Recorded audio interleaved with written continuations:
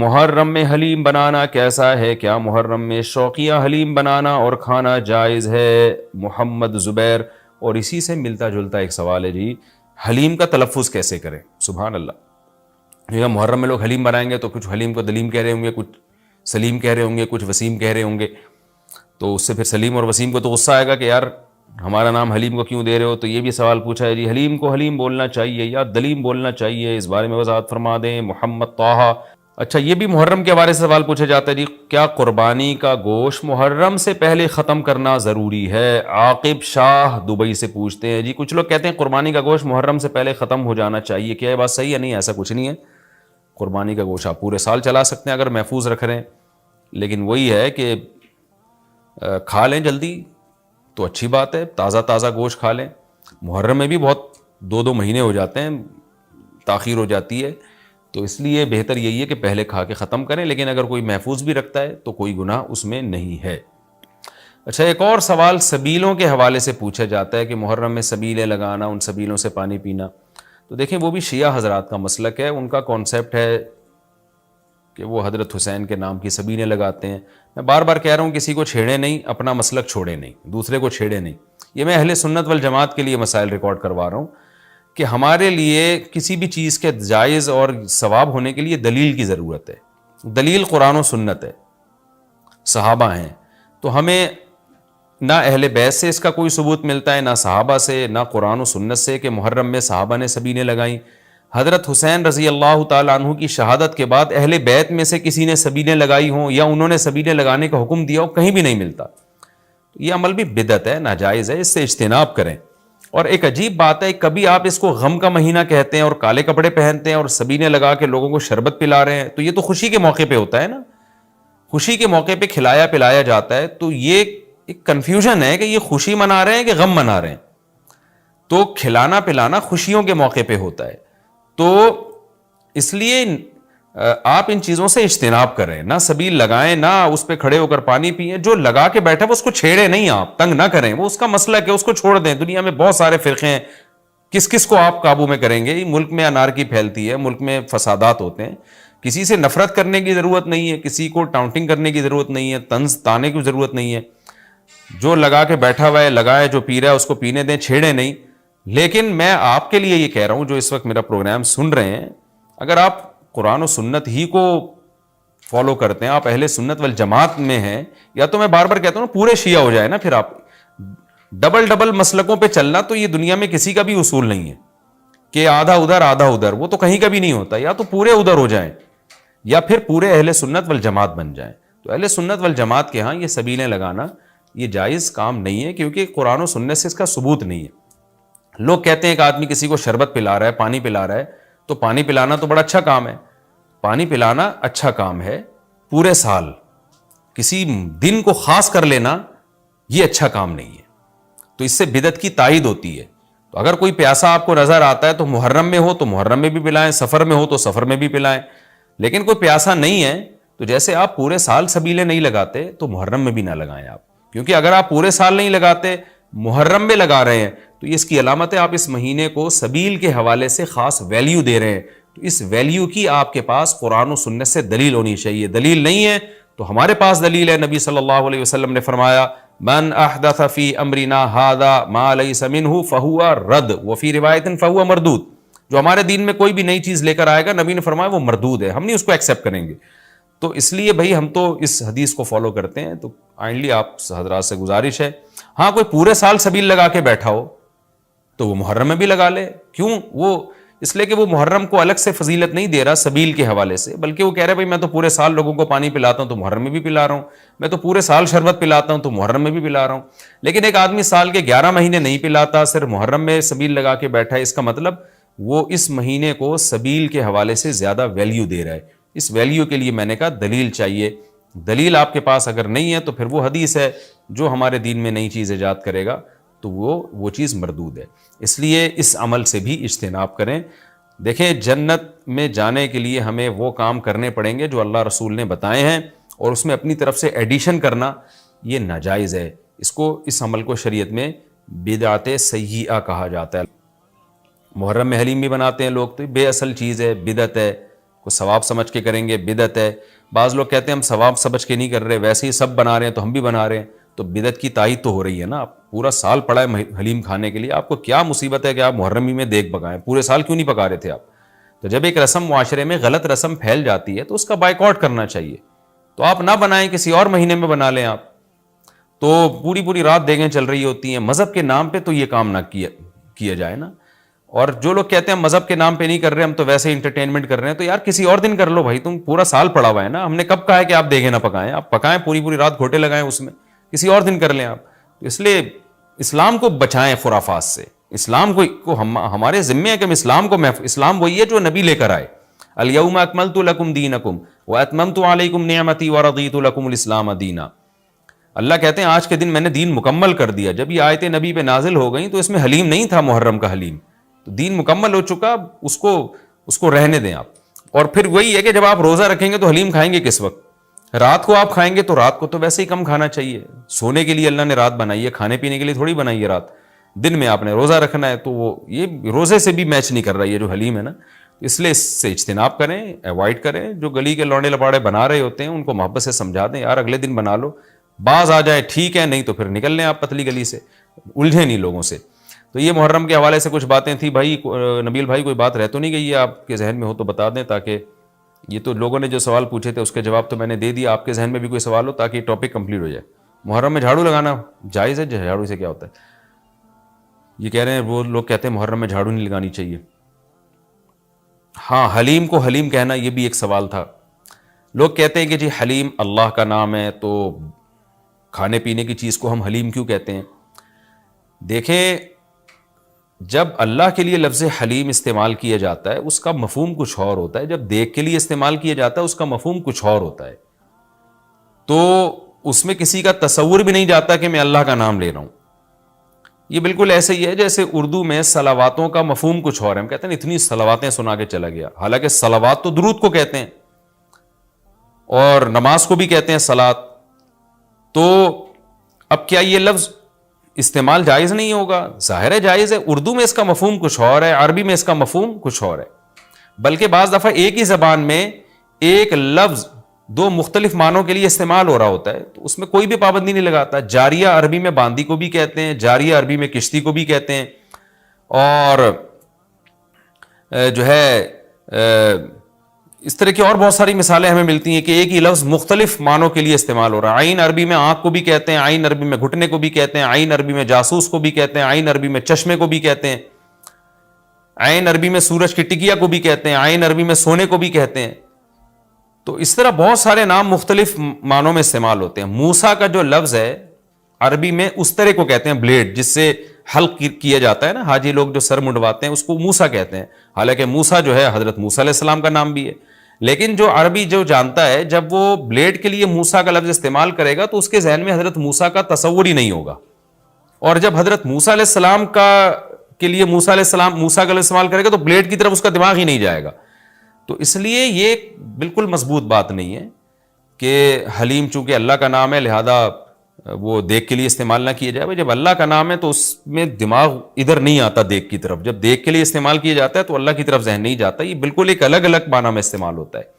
تو اس لیے اتنا تکلف نہیں کریں جتنی جو لا تشددوا فیشدد اللہ علیکم. صحیح حدیث ہے, اللہ نے نبی نے فرمایا اپنے اوپر خامخواہ کی پابندیاں مت لگاؤ ورنہ اللہ بھی لگانا شروع کر دے گا. اللہ بھی تمہارے اوپر پابندیاں لگائے گا. اللہ کیسے لگائے گا؟ یعنی اللہ بھی تمہیں مشکل میں ڈال دے گا. تو جتنا ہمیں اجازت دی گئی ہے اس کے اندر رہنا چاہیے ہمیں, اور خام میں ایسی کھود کریت کر کے اپنے اوپر پابندیاں لگواتے چلے جانا مشکل ہو جائے گا نا. اب حلیم ہی مشہور ہو گیا ہے تو اب آپ اس کو کیسے دلیم بولیں گے؟ وہ کچھ اور نہ اٹھا کے دے دے آپ کو. تو اس میں کوئی حرج نہیں ہے کہ کیونکہ لغت بتاتی ہے, زبان بتاتی ہے کہ کس وقت کس لفظ کا کیا معنی ہے. اس میں کوئی حرج نہیں ہے اگر آپ یہ حلیم کو حلیم ہی کہیں, کوئی گناہ نہیں ہے انشاءاللہ اس میں.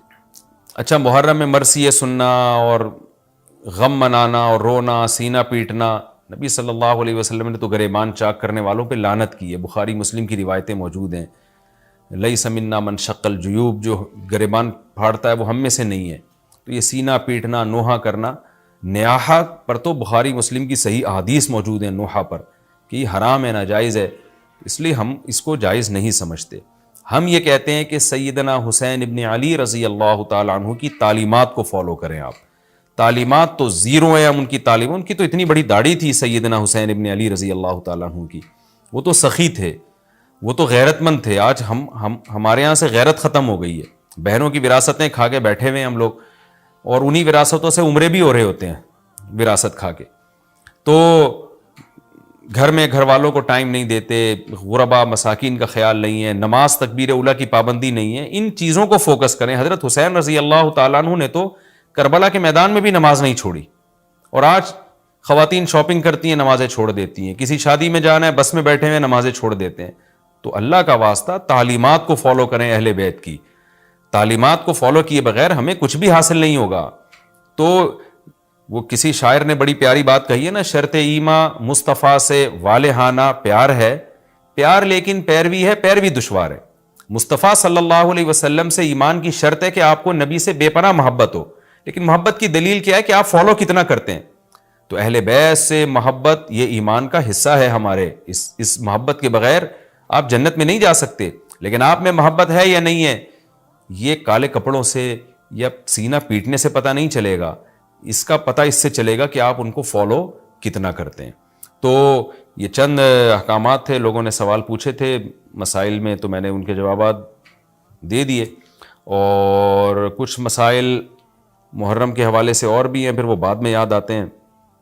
جانور کے اجزاء میں حلال و حرام, کیا گائے بکرے کے سیری پائے, اوجڑی تھن مغز گردے کپورے زبان, اور مرغی کے پاؤں کھانا جائز ہے, کیا یہ کھانا جائز ہے؟ یوسف خان ابو ظہبی سے کپورے کھانا جائز نہیں ہے, باقی چیزیں کھا سکتے ہیں جو آپ نے اوجڑی, اور اوجڑی کو اچھی طرح صاف کر لیا جائے, تھن مغز گردے زبان مرغی کے پنجے, یہ سب کھانا جائز ہے. البتہ کپورے جو آپ نے جن باتیں پوچھیں ان میں کپورے کھانا جائز نہیں ہے. اس کی وجہ یہ ہے کہ وہ نجاست کا مقر ہے, نجاست اس میں بنتی ہے باقاعدہ, تو اس لیے وہ خبائث میں داخل ہے, سلیم الطبع انسان کو گھن آتی ہے. اسی طرح جانور کے جو ذکر ہے, جو پیشاب گاہ ہے, اس کو بھی کھانا جائز نہیں ہے. باقی اختلافی مسئلہ ہے, اہل حدیث لوگ کہتے ہیں کھانا جائز ہے, فقہ حنفی میں جائز نہیں ہے. تو اختلافی مسائل میں ایک فقہ کو فالو کریں آپ, دوسرے پہ رد نہ کریں آپ. تو امام حنیفہ کے نزدیک کیوں جائز نہیں ہے؟ لوگ پوچھتے ہیں اس کی کیا دلیل ہے, حدیث سے دکھاؤ. تو حدیث سے کھانا بھی ثابت نہیں ہے, کسی صحابی نے کبھی کپورے کھائے ہوں, حالانکہ لوگ تو عرب تو گوشت کھایا کرتے تھے. باقی حدیث میں صراحتاً ذکر نہیں ہوتا بہت ساری چیزوں کا. امام حنیفہ نے احتیاط کی بنا پر یہ قول کیا ہے کہ یہ جائز نہیں. وجہ اس کی ہے کہ قرآن جگہ جگہ کہتا ہے کہ تم پر خبیث چیزیں حرام ہیں. تو خبائث میں وہ پیشاب گاہ جو جس کو ذکر کہا جاتا ہے, جس سے پیشاب نکل کے باہر آتا ہے, تو یہ چیزیں انسانوں کے کھانے کی نہیں ہیں. یہ بھی سلیم الطبع لوگ ان سے بھی گھن کھاتے ہیں. اب آپ بتائیں نا, کوئی آپ کو کہے کہ میں بیل کا جو ہے نا, میں نے وہ جو اس کی پیشاب گاہ ہے وہ میں پکا کے لایا ہوں, آپ کہو گے یار کوئی اور چیز نہیں تمہیں ملی پکانے کے لیے, تم کیا پکا کے لے؟ سلیم الطبع انسان جس کی طبیعت میں سلامتی وہ کہتا ہے یہ ہم اس کو, یعنی کیونکہ نجاست کا مقر ہیں یہ چیزیں, نجاست یہاں بنتی ہے, تیار ہوتی ہے, یہیں رہتی ہے. تو مسانے میں یا اس طرح کی جو چیزیں ہیں ان کے کھانے کو اس لیے ناپسندیدہ قرار دیا گیا, تو مکروہ تحریمی ہے. تو باقی یہ کہ اختلافی چیزوں میں شدت جائز نہیں ہے. آپ فقہ حنفی کو فالو کرتے ہیں تو اس سے بالکل ایوائڈ کریں. اور جو اہل حدیث حضرات کھاتے ہیں تو ان سے بھی میں گزارش کرتا ہوں کہ دیکھیں اختلاف تو آ گیا نا, تو احتیاط کا تقاضا کیا ہے, نہ کھائیں آپ, اور کم چیزیں کھانے کی ان کو فوکس کریں آپ. تو احتیاط والے پہلو پر عمل کرنا چاہیے. یا تو ہوتا نا کہ باقی چیزیں حرام ہو جاتی ہیں, کھانے کو کچھ بچتا ہی نہیں, تو پھر ہم کہتے ہیں چلو یار اب کچھ کھانے کو ہے ہی نہیں. تو احتیاط کے پہلو کو ترجیح دے دیں, اس میں زیادہ بہتر ہے. مرغیوں کی لڑائی کرانا اور تماشا دیکھنا کیسا ہے؟ یہ اچھا ہو گیا سوال پوچھ لیا بھائی. میں بہت دنوں سے سوچ رہا تھا اس میں خود سے کلپ ریکارڈ کرواؤں گا, مجھے یاد نہیں رہتا تھا, لیکن عبدالقیوم صاحب نے سندھ سے پوچھ لیا. بڑی نوازش عبدالقیوم صاحب. ہمارے ہاں لوگ مرغوں کی لڑائی کرواتے ہیں, کیا یہ گناہ ہے؟ اور جو لوگ مرغوں کی لڑائی دیکھیں گے کیا ان کو بھی گناہ ہوگا؟ عبدالقیوم صاحب بالکل گناہ ہے, حرام ہے. اس طرح سے جانوروں کو عذاب دینا یہ بہت شدید گناہ ہے. آپ بتاؤ, نبی صلی اللہ علیہ وسلم کی صحیح حدیث ہے کہ ایک عورت نے بلی کو باندھ دیا, وہ بھوکی پیاسی مر گئی. اللہ نے اس شخص کی, اس عورت کی ساری نیکیاں ضائع کر دی. جانور کو عذاب دینا بھی بہت بری بات ہے, اور جس نوعیت کی تکلیف دیں گے اسی نوعیت کا گناہ ہوگا. تو اس لیے اپنی جانوں پہ رحم کریں. یہ مرغوں کو لڑانا کس طرح سے خونم خون ہو جاتے ہیں, ان کی کیا گزر رہی ہوتی ہے ان کے اوپر, اور لوگ تماشا دیکھ رہے ہوتے ہیں. اس سے بھی بدترین میں نے چیزیں دیکھی ہیں یوٹیوب پہ. گڑھا کھود دیتے ہیں, اس میں اس کو کتے کو اور جو ہے وہ سور کو چھوڑ دیا آپس میں لڑنے کے لیے, خنزیر کو یا اور بھیڑیے کو چھوڑ دیا, وہ لڑ رہے ہیں, وہ بھاگنے کی جگہ نہیں ملتی کسی کو جو ہار جاتا ہے. تو تماشا دیکھ رہے ہیں, آپ کی انٹرٹینمنٹ ہے, اس مخلوق پہ کیا گزر رہی ہے. نبی صلی اللہ علیہ وسلم نے فرمایا کہ حدیث کا مفہوم ہے اس کے بارے میں تم سے سوال ہوگا. صحابہ نے عرض کیا یا رسول اللہ, کیا جانوروں کے ساتھ اچھا سلوک پہ بھی ہمیں اجر ملتا ہے؟ آپ نے فرمایا فی کل کبد ذی رطبۃ اجر, ہر جاندار چیز کے ساتھ احسان کرو گے اجر ملے گا. تو جیسے ہر جاندار چیز کے ساتھ احسان کرنے پہ ثواب ملتا ہے, تو اسی طرح ہر جاندار چیز کے ساتھ ظلم کرنے پر عذاب بھی ہوتا ہے. صحیح مسلم کی حدیث ہے, نبی صلی اللہ علیہ وسلم نے فرمایا پچھلی امتوں میں ایک پیغمبر کو چیونٹی نے کاٹا, تو انہوں نے وہ چیونٹیوں کے بل میں جتنی چیونٹیاں تھیں نا سب کو جلا دیا. تو اللہ نے وحی کر کے آپ کو تنبیہ کی کہ جس چیونٹی نے آپ کو کاٹا تھا, آپ نے اس کے علاوہ باقیوں کو کیوں سزا دی ہے؟ تو چیونٹی کو آپ بلا وجہ نہیں مار سکتے, تو آپ یہ مرغوں کو لڑائی دیکھنا اور ان کو اذیت دینا, یہ منظر کیسے آپ دیکھ سکتے ہیں شریعت میں, کیا اور یہ کیسے آپ کر سکتے ہیں؟ حدیث میں آتا ہے, صحیح حدیث ہے کہ کچھ صحابہ نشانے بازی سیکھ رہے تھے. عبداللہ بن عمر نے دیکھا مدینہ میں کچھ بچوں کو کھیلتے ہوئے کہ وہ نشانے بازی سیکھ رہے ہیں, اور کیسے سیکھ رہے ہیں؟ مرغیوں کو باندھ کے, کہ مرغیوں پہ تیر چلا چلا کے نا نشانے سیکھ رہے ہیں. تو ان کو منع کیا کہ نبی صلی اللہ علیہ وسلم نے اس عمل سے منع کیا ہے. دجاجہ مسبورہ اسے کہتے ہیں, بندی ہوئی مرغی, اس پہ مار مار کے نشانے سیکھتے تھے. منع کیا آپ صلی اللہ علیہ وسلم نے کہ نشانے بازی کے لیے تو آپ کوئی بھی ہدف رکھ کے اس سے نشانے سیکھ سکتے ہیں, جانوروں کو آپ کیوں ہدف بنا رہے ہیں اس کے لیے؟ تو آپ صلی اللہ علیہ وسلم نے اس سے بھی منع کیا ہے کہ کوئی مادہ پرندہ انڈے دے اور آپ جو ہے یہ چوزے ہوں اور آپ وہ چوزے اٹھا کے لے آئیں, اور وہ تلاش کر رہی ہو اس اپنے بچوں کو. تو کوئی آپ کو انسان کو کوئی فائدہ اگر ہو رہا ہے اس سے, پھر ہمیں اجازت ہے کہ ہم جانوروں کو استعمال کر سکتے ہیں. فائدہ کیا ہو رہا ہے؟ ذبح کر کے اس کو کھانا ہے. اسی طرح آپ صلی اللہ علیہ وسلم نے شکار سے منع کیا, بغیر وجہ کا شکار, کہ آپ نے نہ جانور کھانا ہے, آپ ویسے ہی انٹرٹینمنٹ کے لیے جانوروں کو تیر اندازی کر رہے ہیں. جیسے بعض لوگوں کو عادت ہوتی ہے, پرندہ بیٹھا ہوا ہے بس اس کو مار رہے ہیں بلا وجہ. بھائی کھانے کے لیے تو مار سکتے ہو آپ, ویسے نہیں آپ جانور کو مار سکتے. تو یہ ساری چیزیں قیامت کے دن ان سب کا حساب و کتاب دینا پڑے گا. تو اس لیے اس کو ختم کریں. جانوروں کو لڑانے والا جو حساب ہے بہت اذیت ہے. آپ خود سوچیں, اگر آپ کو کوئی اس طرح سے آپ دو بندوں کے ہاتھ میں چھرے دے کے آپ کو گڑھے میں ڈال دے اور بولے لڑو آپس میں, اور وہ تماشا دیکھ رہا ہو, تو آپ پر کیا گزرے گی؟ یار ہمیں کس مصیبت میں ڈال دیا. تو جانور جو ہے وہ بے زبان تو ہوتا ہے, مگر اللہ کی پکڑ سے, اللہ کے عذاب سے ڈرنا چاہیے. وہ تو اپنی قسم پرسی نہیں بیان کر سکتا, اور آپ تماشے دیکھ رہے ہیں. تو جانوروں کو لڑانا بھی حرام ہے, کبیرہ گناہ ہے.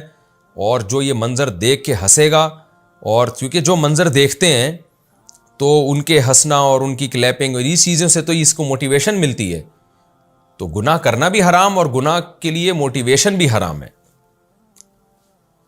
اس لیے اس عمل کو نہ کریں, اور بہت بڑا جرم ہے یہ. مچھر مکھی کا خون لگا ہو تو کیا نماز پڑھ سکتے ہیں؟ کیا کپڑے پر مچھر مکھی کے مر جانے سے خون لگ گیا ہو تو کیا اسے پہن کر نماز ہو سکتی ہے؟ اور اگر نماز کی حالت ہی میں کسی مچھر کے دب کر مر جانے سے خون لگ جائے تو کیا کریں؟ محمد ثاقب انڈیا سے.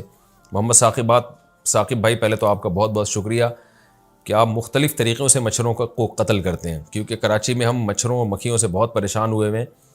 تو کبھی آپ کے نیچے دب کے مر رہے ہیں, کبھی آپ ہاتھ مار رہے ہیں تو مچھر کا خون کر رہے ہیں.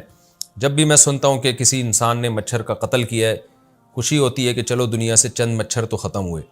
اور آپ کراچی والوں کے لیے بھی خصوصی دعا کریں. بارش کے بعد جو ہمارے ہاں مکھیوں کی ایک بھرمار ہے, جیسے فرعونیوں پر مینڈکوں کا عذاب مسلط ہوا تھا نا, تو ایسا لگ رہا ہے کراچی والوں پر مکھیوں کا عذاب مسلط ہوا ہے. غلط لوگوں کو بار بار کراچی والے سلیکٹ کرتے ہیں انتخابات کے لیے, جس کی وجہ سے کبھی مچھروں کا عذاب آتا ہے کراچی والوں پہ, کبھی مکھیوں کا عذاب آتا ہے. ابھی ہم نے اسٹوڈیو سے گھنٹہ لگا کے مکھیاں بھگائی ہیں بڑی مشکل سے, تو میں تمیز سے یہاں بیٹھا ہوں, ورنہ یہاں کا بھی منظر آپ دیکھ لیتے. بہرحال مسئلے کا جواب یہ ہے کہ مچھر مکھی کے خون سے کپڑے ناپاک نہیں ہوتے. وہ اگر دب کے قتل بھی ہو جائے تو صرف ثواب ہی ملتا ہے, وہ نماز آپ کی ہو جائے گی انشاءاللہ.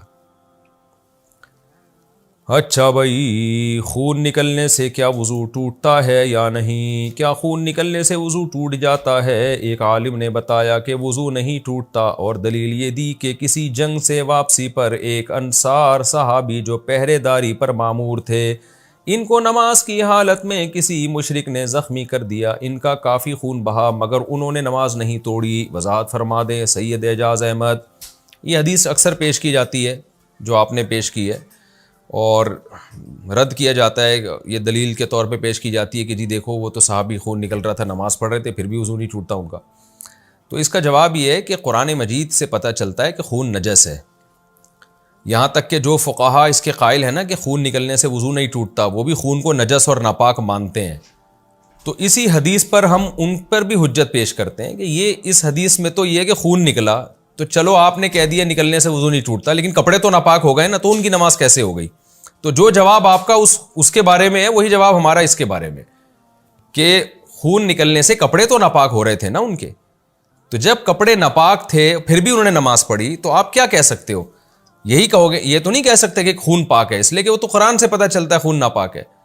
تو آپ یہی تعویل کرو گے کہ بھائی ان صحابی کو اس وقت مسئلے کا علم نہیں تھا، اور نہ نبی صلی اللہ علیہ وسلم سے یہ ثابت ہے کہ نبی نے ان کو یہ کہا ہو کہ ہاں بھائی جو ہے نا جو خون آپ کا نکلا تھا اس سے آپ کا وضو نہیں ٹوٹا۔ تو نہ نبی صلی اللہ علیہ وسلم سے ان کی تائید ثابت ہے، یہ ان کا اپنا ذاتی عمل تھا۔ تو عین ممکن ہے ان صحابی کو مسئلے کا علم نہ ہو، یہ بھی ممکن ہے کہ خون کی نجاست کا حکم بعد میں نازل ہوا ہو، اس وقت تک شریعت کے یہ والا حکم شریعت کا آیا نہ ہو کہ خون نجس ہوتا ہے ناپاک ہوتا ہے۔ تو باقی خون کے نکلنے سے وضو اس لیے ٹوٹتا ہے کہ خون نجاست ہے، اور حدیث میں آتا ہے ایک صحابیہ نے نبی صلی اللہ علیہ وسلم سے عرض کیا کہ یا رسول اللہ مجھے استحاضہ ہوتا ہے نا، تو آپ نے فرمایا توضئی، وضو کر لیا کرو جب یہ خون نکلا کرے، فإنها دم عرق، یہ رگ کا خون ہے، یہ حیض نہیں ہے، لیست بالحیضہ، یہ حیض نہیں ہے، یہ رگ کا خون ہے جس کے نکلنے کی وجہ سے وضو ٹوٹ رہا ہے۔ تو اس لیے ہم بھی کہتے ہیں کہ جب بھی رگ سے خون نکلے گا تو وضو ٹوٹ جائے گا اسی حدیث کی بیس پہ، اور ویسے بھی نجس چیز ہے، نجاست کے جسم سے نکلنے سے وضو ٹوٹ جاتا ہے۔ تو اگرچہ خون نکلنے سے وضو ٹوٹنے کا مسئلہ اختلافی ہے، مگر یہ حدیث امام حنیفہ کے خلاف پیش نہیں کی جا سکتی۔ وجہ اس کی ہے کہ نجس تو بہرحال ہے۔ اب بعض حضرات نے اس میں بڑی تعویلات کی ہیں کہ ہو سکتا ہے ایسے پچکاری خون کی نکلی ہو کہ کپڑے پہ نہ لگاؤ اور بالکل ایسے نکل کے، تو یہ ممکن نہیں ہے بھائی کہ جب زخم سے خون نکل رہا ہو تو ایسے پچکاری کے ساتھ کہ جسم اور کپڑوں پہ لگی نہ رہو، یہ پاسبل نہیں ہے۔ تو اس لیے اس حدیث کے ظاہر پر کسی کا بھی عمل نہیں ہے۔ تو یہ حدیث یہ اسی پر معمول ہے کہ ان صحابی کی اپنی ذاتی رائے ہوگی، اور یہ بھی ممکن ہے کہ ان صحابی کے جسم سے جب خون نکلا تو انہوں نے ہو سکتا ہے اپنے آپ کو معذور سمجھ لیا ہو۔ معذور آدمی کا وضو نہیں ٹوٹتا۔ معذور کا مطلب یہ کہ نماز ان کو یہ غالب گمان ہو کہ میں یہ جو بلیڈنگ مجھے ہو رہی ہے یہ نماز کے آخری وقت تک ہوتی رہے گی، اور میرے لیے اب طہارت کے ساتھ وضو کرنا ممکن نہیں ہے۔ بعض دفعہ پیشنٹ کی اتنی بلیڈنگ ہوتی ہے نا کہ اس کے لیے ممکن ہی نہیں ہوتا کہ وہ جب خون رکے گا تو وہ وضو کر کے نماز پڑھ لے گا، رکتا ہی نہیں ہے خون۔ تو یہ بھی ممکن ہے کہ ان صحابی کا یہ خیال ہو کہ میں معذوروں کی فہرست میں داخل ہو گیا ہوں، اس کا بھی امکان موجود ہے۔ تو کچھ بھی ہے، چونکہ یہ واقعہ چونکہ قرآن کے بھی خلاف ہے اور اس حدیث کے بھی خلاف ہے، تو اس لیے اس واقعے کی تعویل کی گئی ہے۔